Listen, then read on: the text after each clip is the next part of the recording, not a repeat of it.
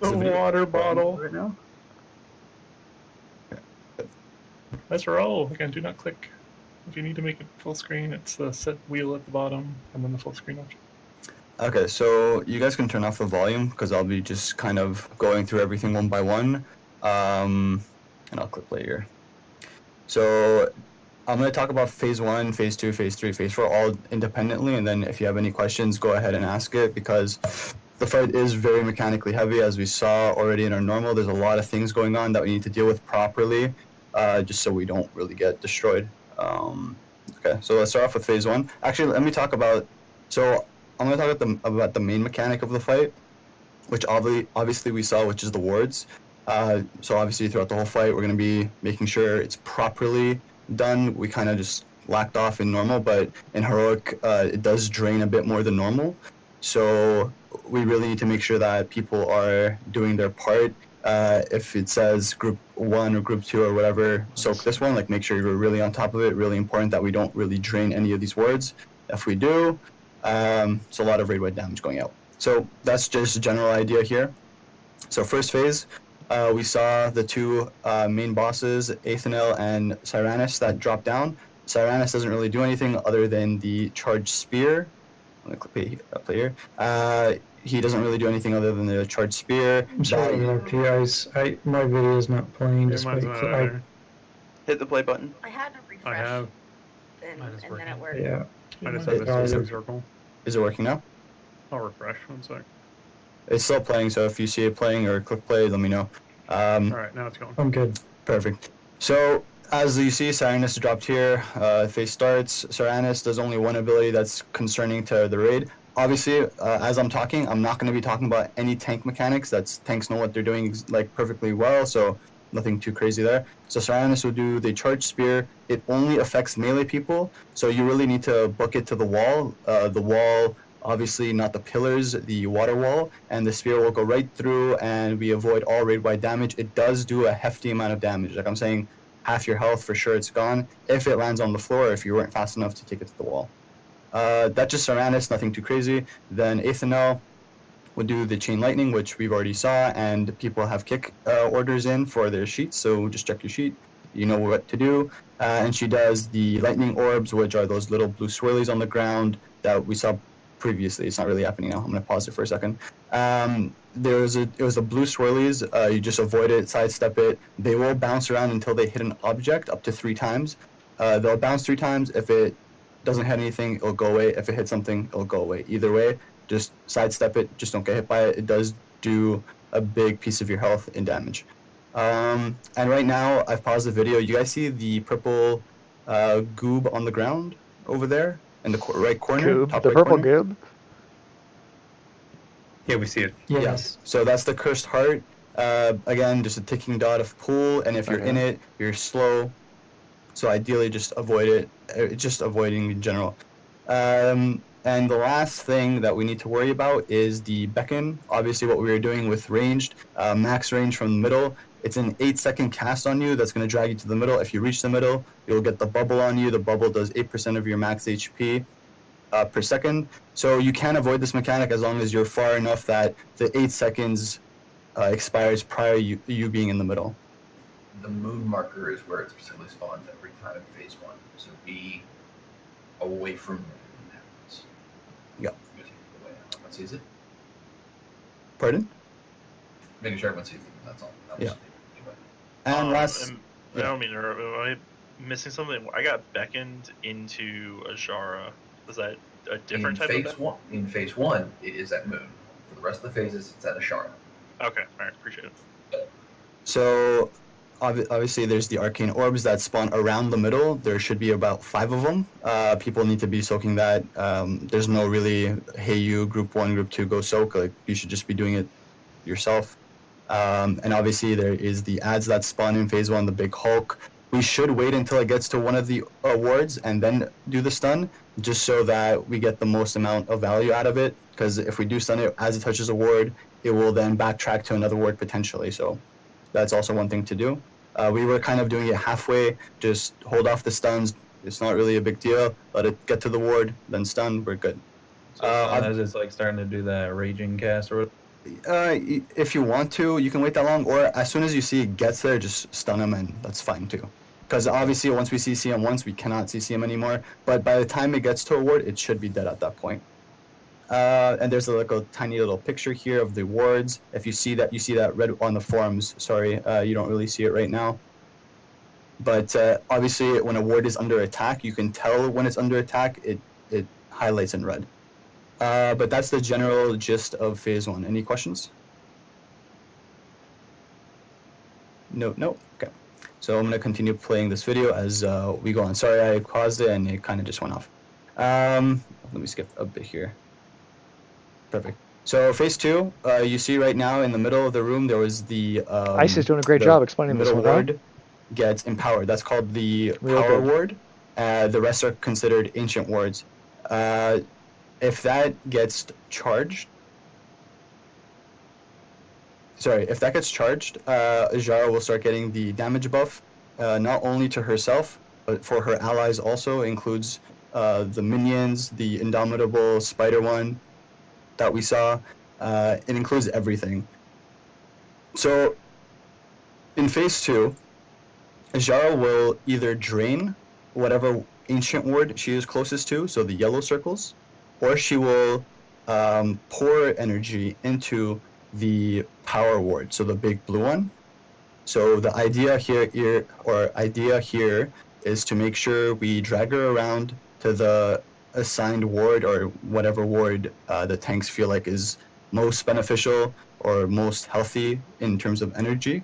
So the tanks will take them there and move them along, basically bouncing them back between one another. So in game, we've marked a green one and a yellow one. So generally the idea is that we're going to be bouncing them between those two and charging as needed, because Azshara will passively drain the energy out of the ward. So this is why we have the set groups. So we'll be calling group 1, group 2, or whoever it may be, to go step in, make sure you get your 5 stacks, recharge the ward, and we're good. That's what some people do, is just keep the boss at 1 pillar, and you just keep recharging that same pillar when necessary. So just less movement. Ooh. Is that a thing? Yeah.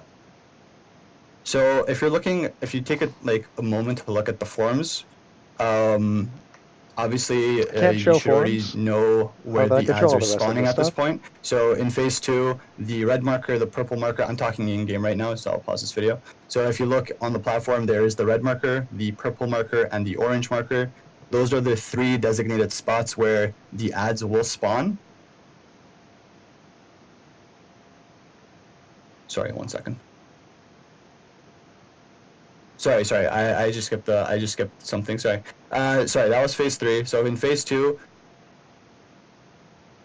oh sorry, I was saying it right. Sorry, phase 2, we do have the mini ads, the devote. So they will come from all 3 locations: purple, red, and orange. They will be 4 to 5 each location. Ideally, slows are good here. Stuns, if you have a mass stun, is really good too, obviously. Make sure you do not let them get into the middle. The middle, if they reach the middle, they'll just basically sacrifice themselves, and that's them powering up the ward, the middle ward, which is the power ward, ergo giving Azshara more damage and everyone else. They channel a cast, do they not? It's like 1 second, so it's right. But that's why we have that nice little setup that Illy was annoyed that none of you looked and followed. You let them come in while we kill them, and then once they're on top is when our CC starts, not beforehand, I believe is what he was intending. Correct, yeah. So if you go to the Discord, I couldn't find a way to actually make like a GIF of it, but if you go to that link that's in the Azshara Discord channel and watch the replay, you can see how they let all the ads come in. One of the druids typhoons them all to the same side, and then that's when they start their CC chain and just, blast them down in a second or 2. If we're not going to try that, then we have to root them. We can't, normally we would be able to blast them down separately, but we either have to stack them together or root them individually and do it. We can't just... We will try what you're doing. So there will be no DPS, or no slows on them until they're in the middle, and then we will go Typhoon, into Leg Sweep, into Cap, into Row. The melee group's just gonna get the melee ones that spawn on top of him are just gonna get cleaved down like instantly. We don't have to worry about those. They are not on heroic. Oh, okay. Well, I'll be surprised. I don't believe that they don't get nuked as fast, but let's go with the plan, and if they get cleaved, well, so be it. We only have 2 sets to. Yeah, so other than the main focus of keeping the balance between the one ward and the next ward, dependent on where Azshara is, we need to really have a big focus on the arcane detonation. Obviously, Murdoch has been doing a good job in scan with calling when that will occur. So arcane detonation is whenever we say LOS, you go behind the pillar. If you're not behind the pillar in heroic, I'm almost certain you'll get one shot. So there's really no room for error there. 100 and energy, by the way, is when it goes off, and you have an energy weak aura, so pay attention to it. yeah, if you have Reload's package or the other one, it already shows the weak aura, like it goes 80, at 80% it'll show up, and then by the time it's 99, you should already preemptively be moving to the pillar, and you know what's going to happen. Send that over for all the other bosses just channeling. Because that is Yeah. totally why I did that. The other mechanic to really worry about in phase 2 is the arcane burst. So I don't know in heroic, but I know for normal it targets one person. It's basically a magic buff that can be cleansed off by healers. You really need to make sure the person who has this is LOSing the boss. So whoever is, or we're gonna assign a healer for this specifically. So let's say Aelid, he'll be the designated dispeller of arcane burst specifically. He needs to wait until that person is behind an LOS, either the console or the pillars, and dispel it. It does do. We got 2 of them in normal. We did get 2 in normal. Yes. Okay, Yeah. so Can we have them call it out, like the spell name, because Yeah, Yeah. we can't really it's hard do to tell that. when they're LOS. yeah, it is a long time. It is 20 seconds from what I saw. It's 20 seconds long, so you have more than enough time to call your name and get to the spot where you need to be. One As soon healer should be instantly following one of them to a pillar, so that the first one goes off instantaneously, once we can, to stagger the 3 of them. yeah. We So don't do raid damage if that's their ISO. Like, I don't think that staggering them is important. they won't do raid damage. They only do damage to the people that it actually seizes by LOS, I believe. Correct. So So whoever's in specifically line of sight. mentioned staggering them in the video. Why? There's I'm only not so 100% many sure. LOS spots. Yeah, it does do damage to people in line of sight of the dispelled target, for sure. Right. So the first one has to get it dispelled instantly because there's only 2 spots you can LOS, and there's 3 that go out. So the first one needs to be dispelled so the 2 can go behind the pillar safely. You can As long as because we will be there. like, are you saying dispel it even in line of sight of the Azshara scan? The first one runs, and the healer Okay. goes with that person, dispels them, and then the other 2 just sit behind the pillar and Good. let them go up. I want to clarify that because it is That's a good imperative that this clarification. is cleansed with line of sight, like without the target seeing Azshara. If this hits Azshara as well, she basically starts spreading multiple of this debuff, and it constantly just keeps on going on to people, and that's guaranteed a wipe. Eventually, everyone will expire, and this is a just instant death for everyone. Basically, like Botanist, I believe, right? Botanist had a mechanic like that where it kept on spreading based off dispels, correct? If I'm wrong. From Nighthold? Yeah. Similar. Question: you can dispel with mass dispel away or behind him, but Yes. It doesn't matter if you are in LOS. You will take damage, but it will not cascade unless it's Azshara that it's in. right. That's not what I'm saying. What I'm saying is they don't have to follow them. So if like Polini mass dispels somebody or Hot or somebody mass dispels them while they're behind the pillar, nobody has to follow them over. However we would like to do it, yes. Yeah, so just work with people calling their names once they have the arcane burst. You go behind the pillar or the console, wherever you need to be, and set healer. We'll say Aelid for now. We'll start dispelling the individuals, and obviously other healers, you're more than welcome to help out. Best case scenario, just try and LOS from everyone because it is raid-wide damage from wherever you can see. But that is the main focus of phase 2, which I think will be the most problematic anyways. But that's phase 2. Deal with the ads properly. We need to balance out the wards and deal with the debuff. So on to phase 3. Just real quick. Yep. If a warlock gets that debuff, do you just want the warlock to call out the name and be like, we can just dispel ourselves? Yeah, if you guys can dispel yourselves and you guys are like you feel like you can do that properly, then sure, go ahead and do that. But obviously keep in mind LOS first, then the spell. Quick question before we move on. I was looking on the sheet for something for split groups. If you look at the map that you have or whatever on the, do we have assigned groups for who's going to be on which of the first 2 ads in phase? Melee is wise. going to be on the one that casts Chain Lightning. Since I'm not kicking, you want me on the other? You can stick with us. You can be Okay. an oh shit backup. Got it. And I'll actually just switch you with Hyper because I didn't realize you were on the list. Oh, dope. Shouldn't have said anything, damn it. Continue. Yeah.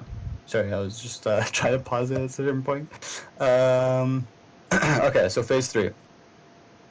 So as we saw in normal, there will be 2 Tide Mistresses who will spawn on a ward. I believe it's always fixated on the same one, so one will always be on triangle, green, and one will always be on star, yellow.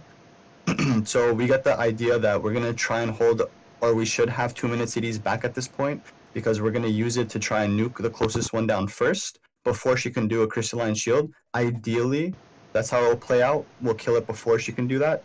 If not a big deal, because there's the Loyal Myrmidon. The Loyal Myrmidon is the one that does the charged spear, same mechanic as phase 1, but this time it's obviously, if you get targeted, you go behind the Tide Mistress and you break the shield. That's how we get rid of it. Easy peasy.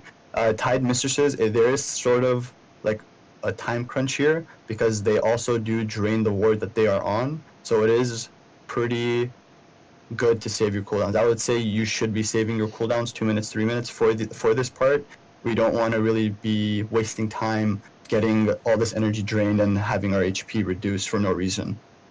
I just have a note about that too. So there are interrupt assigned for both. The second ad will eventually get the shield and it won't be broken until we have the spear to break it. But those early interrupts are important to just prevent powering up the other ward that she's on. Yeah. Question.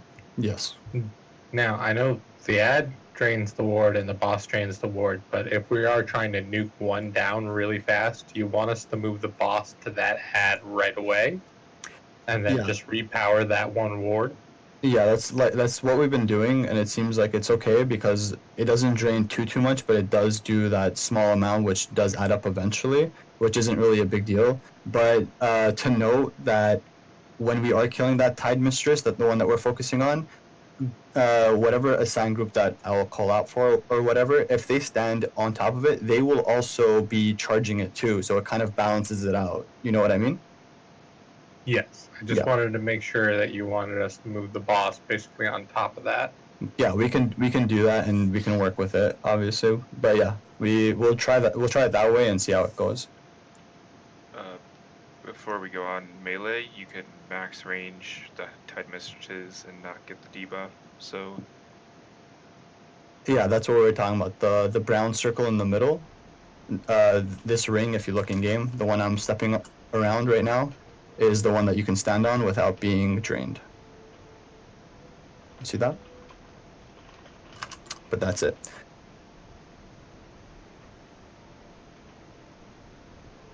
Okay, so in phase 3, obviously we already saw the things that I already talked about. The same concept here, Tide Mistresses, break the shield, nuke them down. 2 important things, though, that happen now in phase 3. Beacon has a minor mechanic that happens from now on. This applies to phase 3 and phase 4 only. So the beacon target needs to be 8 yards away from all players. If you are in range of anyone, you will get a speed increase, and that multiplies by the more players that are within range of you. So that can stack up to infinite as long as you're hitting people. I don't think there is a cap on it. So if you get beacon, you need to be 8 yards away, or else you're just gonna fly through and get MC'd for no reason. It's 8 yards from other players, not from Azshara. You max from Azshara, 8 yards from other players. Being told the DBM pre-marks players, letting them know that they're getting it says run away a little bit. Correct. Before he even casts it. So if you hear that, run away. Yep. So the jealousy mechanic of this beckon now is phase 3 and phase 4. So just remember that phase 3, phase 4, you will always be 8 yards away if you're being beckoned. And finally, I don't. Beckon you to Azshara, not to the middle of the room. Yes. Yes. I want to see if I can find this in the video right now.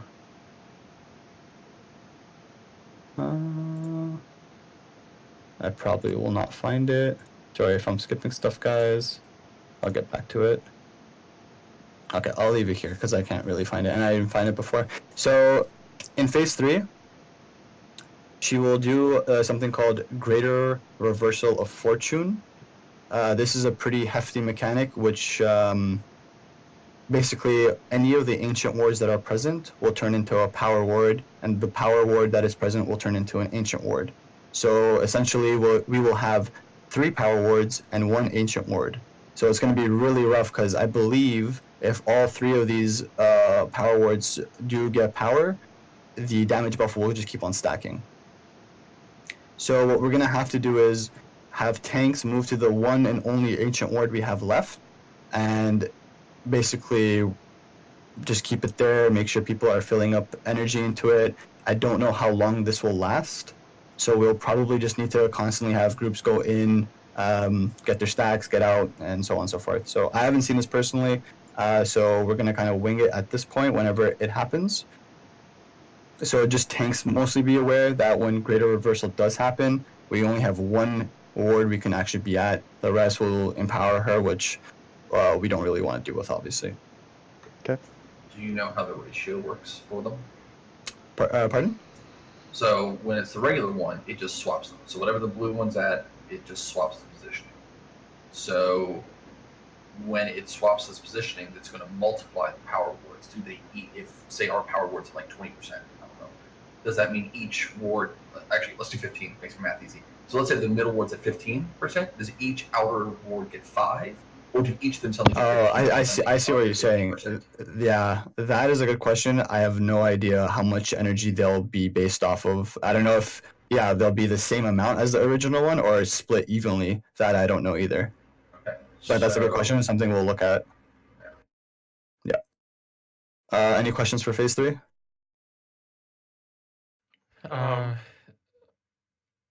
My question is just, are you going to call out based off of the spreadsheet the groups or in-game groups? It'll be spreadsheet. Okay. So Yeah.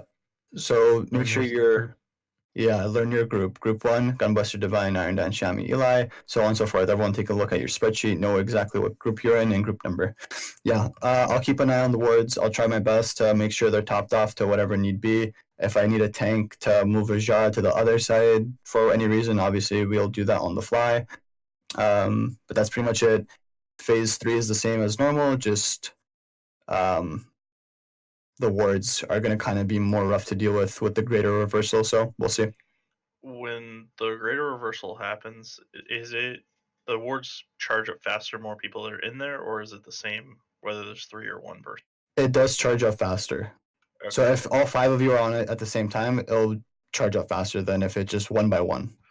Well, my question mainly I was thinking, depending on how long the Greater Reversal lasts, would it be beneficial to stagger people entering rather than just throwing everybody in? You want everyone in first because that puts their debuff on cooldown faster. So at the very least, you want the first group going in so their debuff can start ticking rather than staggering that whole group and staggering another group. Because if she's that close, the likelihood is she's going to be draining it quickly. So Think if of we it get this it way. topped up first, that works. If you fuck up with going 1, 1, 1, 1, 1, staggering them, and then we fuck up boss position, we don't have a way to quickly replenish another one, because once that groups start falling off, we then have to stagger trying to recover from our screw up versus just throwing everyone on top of it. Yeah. Was there anyone else with the question, or was it just that? I think what you might have just said, Scan, is going to answer my question, but do we all have to soak separately, or can we all jump at it? Is that what you're just talking Everyone about? soaks at the same time when your group is called. Okay. Like, you don't need to wait, like sit there and wait the 10 seconds for him to get there. Just go in, but make sure you all go in relatively at the same time. Yeah. Yeah, I mean, as soon as someone says group 1 soak, this group 1 goes and soaks. You don't wait for your group to jump in. You just go and you hop in your ward and you get your 5 stacks and you get the fuck out. If you get your stacks before the next person by a stack, no big deal. But you're getting there as quickly as possible and soaking immediately. Yeah. Does the speed boost affect you if you pass people while moving or just at the start? That, I believe, is on the way to Azshara. So people kind of have to be cognizant of the fact that a beckoned person might be coming into the group. You can grip them back too, though. So if you're getting close, you can call for a grip. So that's something we can also kind of look at if someone does get beckoned and see if that is a factor. Do you know how many targets it is? It should be only one. Okay, so we can literally have a group rotation problem. I think at one point we had two. Or Three? Three in normal. Well, remember, we're in more than 20 Oh. people right now. Okay.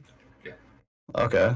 I don't know how much damage the pools on the ground do, but they slow you as well.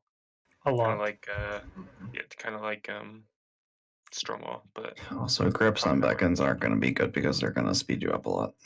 Yeah, if you're 2 seconds away from it dropping off, like, it's worth calling.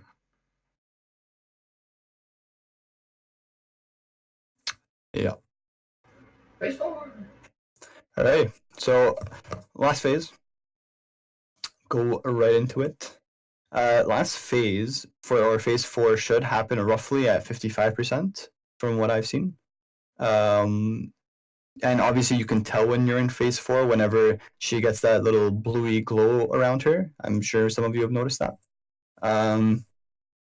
But the major changes here is that we want to be as far away as from the console as we can be because of the nether portal that will drop. The nether portal will last throughout the entire fight. It's 10 minutes long, so throughout the fight, we can say. And obviously the ticking damage is an excessive thing to be taking, especially if you're the person who is sitting at the console waiting to activate it. So we'll shift away from the console probably near the middle area, baiting these storms in a nice fashion. So let's try and stack up as much as we can, I would say. Except obviously if beckon is happening and whatnot, then you go do your thing. And the piercing gaze you guys all saw in the normal we just did. There's that red beam that happens, there's the eye at the wall, and then the laser beam just shoots out and hits you. This will probably almost kill you with the fact that console is going down and whatnot. So you really want to dodge this as much as you can. It's almost avoidable. No reason to get hit by it, right? And that's piercing gaze. So the two mechanics is just the nether portal and the piercing gaze to kind of just deal with as a player. The Titan console is just an individual person we're going to be assigning, likely going to be Aelid. Every time we do activate the Titan console, we will take flat amounts of damage, not based off what we get activated. So there's 4 abilities that will be activated. I can pause this video now because they don't really go to depth with that. So, as we enter phase 4, you will see orbs that hover around the console. I'm just telling this to everyone as a general base here. Aelid already knows how to do this, but each orb represents a charge. If it goes past 4 orbs, they will all blow out at the same time, and that's just the wipe, just how we saw in normal that I caused that, so we don't want that to happen. Orbs are caused every time the boss casts Overload. Yes. Yeah, over time though. It's not based off energy, correct? It's just a flat cast. Okay. That is called Overload, and when he casts Overload, he overloads the console with 1 orb. If it's at 4 and he casts Overload, we die. Yeah. So Aelid will be doing his best here to be staggering this That'll be constantly fun in throughout Mythic. phase 4. I'm sure that'll be like big But there healing are things CDs to and note. So all sorts the of 4 stuff. effects that we can possibly get, they are totally random, will be controlled burst, which on top of the 60k for activating the console, there will be another 60k that will go out, so 120k total. This is going to be the biggest hitting thing that we want to make sure we're using a healing cooldown for, top everyone off. You'll definitely notice whenever this one comes out, the raid will just chunk halfway. Essence of Azeroth. I don't know if the weak aura will indicate whether you are the target of this, but it will cause one player to just basically be a machine, and you're blowing everything you can. You ignore all mechanics. You just go to the boss and you just dump on this person, like you dump on Azshara, because after 40 seconds you're flat out dead. There's no living through this ordeal here. So I don't know if the weak aura will indicate whether or not you are the essence of Azeroth or get targeted by that, but if you do and you do notice it, you just go ham on Azshara, pop everything, go wild, be Superman, whatever. DBM The will warn you. DBM will warn me? told. Okay. System shock is the third one, so causes 1.2 million damage over a 1 minute period, ticking damage. Does anyone know if this was raid wide or individual? It's Individual. Oh, it. Oh, is it? I Well, was pretty sure static raid shock goes on to certain people only, I'm pretty sure. Oh no, you're right. The other one's really white. Sorry, he's right. That one's Individual. Okay, so just healers. If you know or notice someone with system shock, just make sure keeping him up. He's gonna take constant ticking damage no matter what. Just keep an eye on him. Very important, or her. And lastly, the fourth one is short circuit. If this happens, basically electrical things will fly out of the console, target one of the ancient wards, and fully deplete it. So if it is at 100 energy and this goes out, it can fully drain one of the wards, this is probably the worst mechanic to deal with, other than the double controlled burst. Really bad stuff.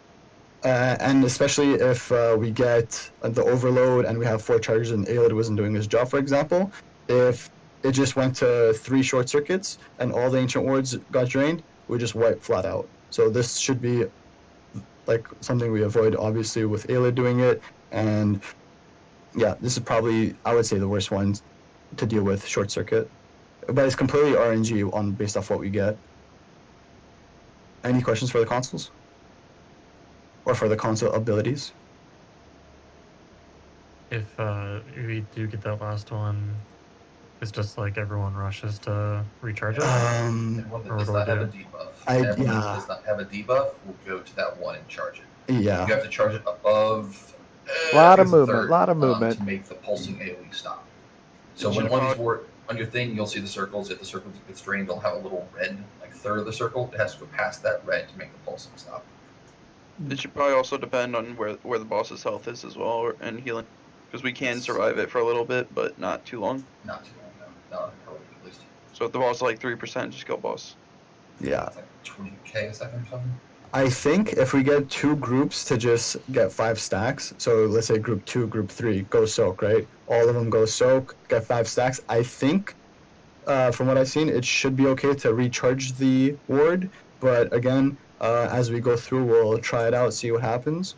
But yeah, that's everything. Any other questions? I think, once we do get to the 4th phase and we do have orbs to go out, Aelid will pop 2 immediately and stagger them individually after that. So the first one will be 2. Prepare yourself for whatever may happen. It shouldn't be that big of a deal, but we'll see how it goes from there. If it's not too bad doing just 1, we'll just do 2, 2, 2. If it isn't bad doing 2, 1, 1, and so on, but we'll see as time goes on. If we get the shitty one first, do not pop a second. What? The short circuit scan, you're saying? Correct. Yeah, okay. Yeah. I'll pop them 1. I'll probably wait 2 seconds to see what I'm it is. also not sure that I 100% agree with it. I understand your theory behind it, but you increase the odds immediately to fuck us with a short circuit versus when we actually need to kill the boss faster before reducing our RNG. We also I can't will. let them stay though because it'll just explode if we leave them too long. As long as I don't have 4 up when she Sounds casts like the fifth we're ability, it's fine. So I could literally be sitting here with 4. getting about she ready has to her get fourth some level heroic order, pulls I'll press the going. button, and Yeah. there'll be a The 4 boss and we'll may or I just may have not be to- killable. I It gotta still get looks timing like out. she hasn't been killed by anybody yet. Okay, my turn. We're gonna talk about her fucking her Still no kills that I Intermission? can see. decrees. Yeah. Yes. You will get 2 of them instead of 1. There's also a new one. It's called Stay. You're not supposed to move. You will get almost guaranteed one of these 2. You will get Stand Alone or you will get Stand Together. You will almost always get one of those 2. Almost always. There's no other ability. You'll get either one of those, and then you get one of the others. If you get Move, you will always get Stand Alone. There's only certain ones that can go out. The big ones will be Stand Together and Soak, and the Stand Alone and Soak. I think there's 5 or 6 orbs on. It should be 5. Yeah, 5 or 6. If you need to pay attention if you are Stand Together, because you cannot soak too many orbs. Otherwise, the Stand Alone people can't soak orbs. So if you are Stand Together and you need to soak an orb, you need to find each other and soak an orb. The Stand Alone, you just pick an orb. Don't go near people. So, sorry, let me just add. I noticed some people were kind of like confused still with the intermission during normal. If you get a purple swirly around you, that means you need to be stacking with other people with said purple swirly around you. So don't be alone doing your thing, because you have a purple swirly. Don't be afraid. That means stack with other people with it. You should have a weak aura that says exactly what you have. If you don't have it, you'll get it from the forums, and you should read it. Yeah. And if you get the gray one, the gray circle that's around you, that's like a watery wind kind of looking thing, that is the one that you stand alone. Just to clarify. The purple swirl under people's feet, I just stacked with other people. It didn't have to be people with purple swirl, and it went away and it was fine. Yeah, that's correct. But You don't- probably you on don't need heroic, to stack everyone's with going to get a standalone and a together. But yeah, you're right, Tree. Right, but you're going to get 2 this time. So there's going to be people that need to stack that aren't going to soak. You need to find each other and go stack with each other. Or whoever. I'm hearing Yeah, that I was just saying she is killable, there's and she someone has who been doesn't killed by have a strawberry purple puppy swirl, kisses but they on also a don't have standalone, and non-bugged they're next to you, kill. and you have a purple swirl, and the whole stack goes on the other Every side of the single room. You can just stand person with them. will get a Stand Alone or a Stand Together in this one, because you're going to get 2. You will guarantee get one of those. So Okay, there is when a you kill do on this, you Warcraft must stand with logs. people that have it with you. And it doesn't need to be a huge group of. Yeah, it can be 2. It can be 2. So, again, if you have the orb soak, that's when you really need to pay attention, because the Stand Together can't take too many. We're probably going to wipe this a couple times. It's okay. Yeah, each second you're doing your decrees wrong, you'll get the sanction debuff, which is a ticking dot. I believe for every second you do it wrong, you get another stack, and this just keeps on stacking. So if you're at like 10 stacks, you're probably just going to die to ticking damage. But that's pretty much it. Alright, let's pull this shit. Let's get a good cauldron of Toro. Check for the check. 1 each.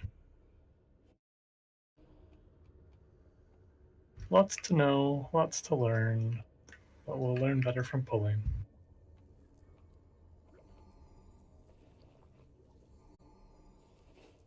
Still Personal food. Okay,